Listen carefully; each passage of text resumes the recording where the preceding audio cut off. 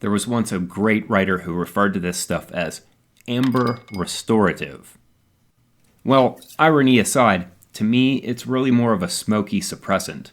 But that just goes to show you that, however you take it, the liquid produces a uniquely subjective experience.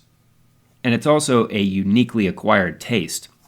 Personally, I'm still not quite sure that I entirely get whiskey, so much as I just know it when I'm tasting something complex, and that can be worth appreciating. How I happen to look as I'm sipping whiskey is about as important to me as is the color of underwear I choose to crawl into bed with. This project is about utility, and so I'm going to make a case here that this simple, cheap, modest whiskey glass will give you one of the best possible experiences for tasting this stuff. And yes, I do regard this as somewhat of a small thing, but paying attention to small things is exactly what design is about. So, here are my reasons that this simple glass is worth taking the time to make. Reason number 1, walnut. This wood variety is not just beautiful, it's also water and decay resistant. 2 quick examples of that. Story 1. The house I bought a few years back came with a few cords of firewood that were stacked up on some pallets behind the garage. The pallets had been pressed there into the mud for who knows how many years, and so when I finally was able to free them up, they were all rotten except for one, which turned out to have black walnut skid boards. And those, as you can see for yourself, are totally worth saving. It's also pretty cool when you make something and you know, even though nobody else might, that it has some alternate history to it. Story number 2. For no other reason than to have an apple slicing knife in my garage, I rehandled an old stainless paring knife that I'd found in the weeds near those old pallets.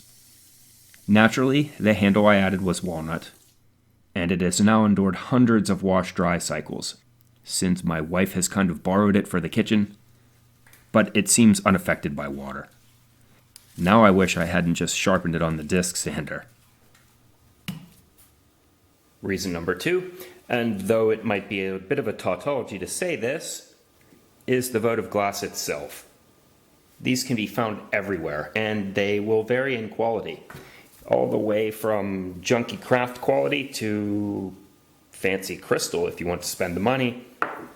This particular species measures just under 2 3/4 of an inch tall, and its design checks most of the boxes that we would want to check. Before we can go joining these 2 reasons together, there's some light woodworking to do. Starting with the board's thickness, we'll make it 3/4 of 1 inch. That's nice and standardized, and it's worked well enough for me. As for the diameter of the disc, or cylinder rather, we want to make it so that it's just slightly larger than the diameter of the votive. In my case, that turns out to be 2 3/4 of an inch. The reason for this is that if you make sets of these, if you bump them together, the glass won't touch.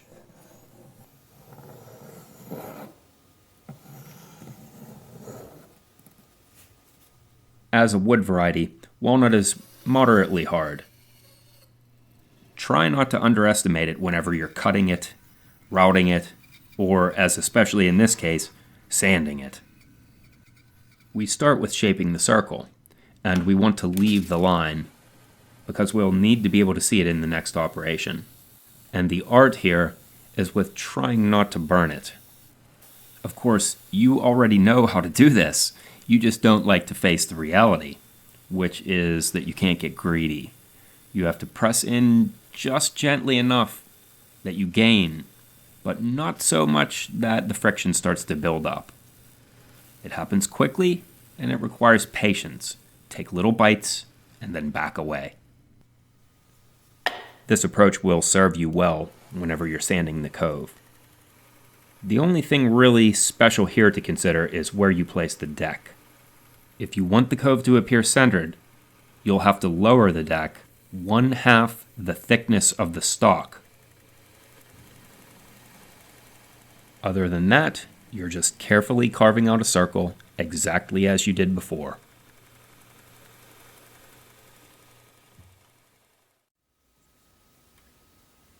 At this point, we're working with a disc-shaped object that should fit effortlessly into your hand. If it does not, you may want to consider reducing its size. What follows is entirely optional, and note that we're looking at what will be the bottom of the disc. Yes, I'm willing to go pretty far to avoid hand sanding. If you're only making one of these, this might not be sensible, but if you're batching them out, you might want to pay attention. If we were polishing a stone, this might be called making a dop stick. But for our purposes, it's just epoxy on a dowel rod. A dop stick is the same basic idea, except they use a wax. The wax will be nice and solid at room temperature, but you can melt it rather easily. And then when you want to release it from your piece, you just stick it in the freezer and it sort of falls off. Here we'll just be cutting the epoxy off later. And with any luck, this will still be faster than trying to hand sand it. Try to get it centered on the circle. Doesn't have to be perfect because if it wobbles, we can still sand it anyway.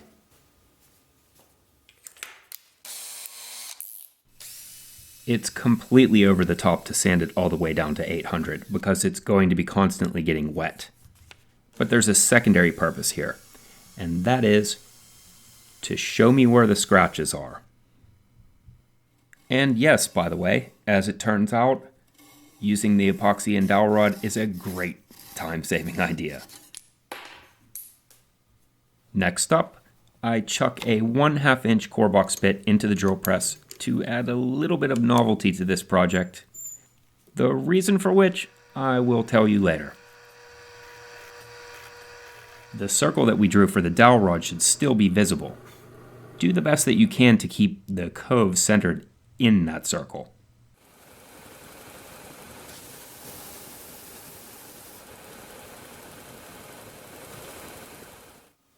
Looking up close at the glass, there's a recess in it that gives it a foot. This space can be filled up with epoxy, or we can use it to put an image there. One of the keys to being able to use epoxy effectively is heat, which you can use in this case to remove some of the air bubbles. But there were teeny tiny air bubbles that plagued me during the course of this project, and it took a lot of trial and error to arrive at a simple conclusion, which I'd like to share with you. My usual method for mixing epoxy involves a toothpick and a piece of masking tape. That method was a mistake here, and there's a simple reason why. Masking tape has a rough texture to it, and as the toothpick moves over the texture, it makes these teeny tiny little bubbles that don't come out with a heat gun. As such, you want to use a surface that is as smooth as possible, and in this case, I used clear packing tape on a piece of glass. And after starting to do that, I had fantastic results. Now that it's all said and done, the approach that I would probably recommend to you is to do this in 3 parts. Session 1, use the epoxy to fix the image. Session 2, fill the foot of the glass up with epoxy. And then session 3, apply a little pool of epoxy that's just proud. Session 3 thus attaches the glass to the wood.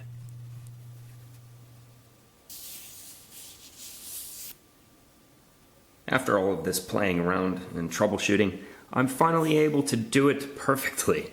But I wasn't able to do it perfectly with any of these. So let me make a couple technical suggestions that will help you to do a better job than I did. First, take note of the prototype. Look at it up close. I got a few things right on the first go at it, but I did a couple things wrong. The artwork is down inside of a little hole that I made on the drill press. And the problem with doing that is it causes you to look at the artwork through more epoxy and thus more air bubbles. So don't do that. Put the artwork directly on the glass with a thin layer of epoxy holding it there. What I got right with this one was that I used a translucent yellow epoxy, and so when I finished the wood, it matched almost perfectly. Later, I tried using a clear epoxy, and it didn't work as well because underneath the epoxy it looks kind of dry. If I were to do this one again, I would put finish, that is oil finish, on the wood first and then attach with a clear epoxy directly to it. The bond that epoxy has from glass to wood is already so strong it's more than enough, even with a finish. It's so strong, in fact, that the glass would probably break or the wood grain would separate before you were ever able to pop these two things loose. In this third one, it's nearly flawless. The one thing that I wish I was able to correct was, as I mentioned, I wish I would have finished the wood first, but it's really not that bad. The logo itself is spectacular and there are barely any air bubbles. It's hard to tell that that isn't even glass.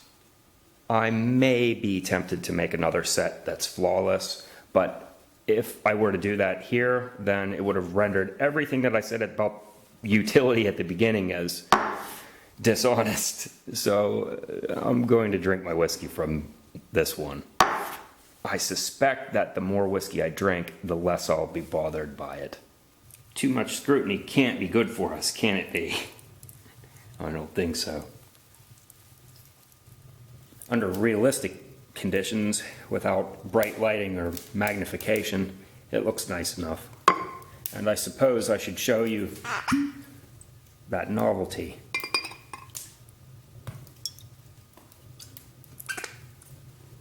I hope that you were able to find some value in watching this.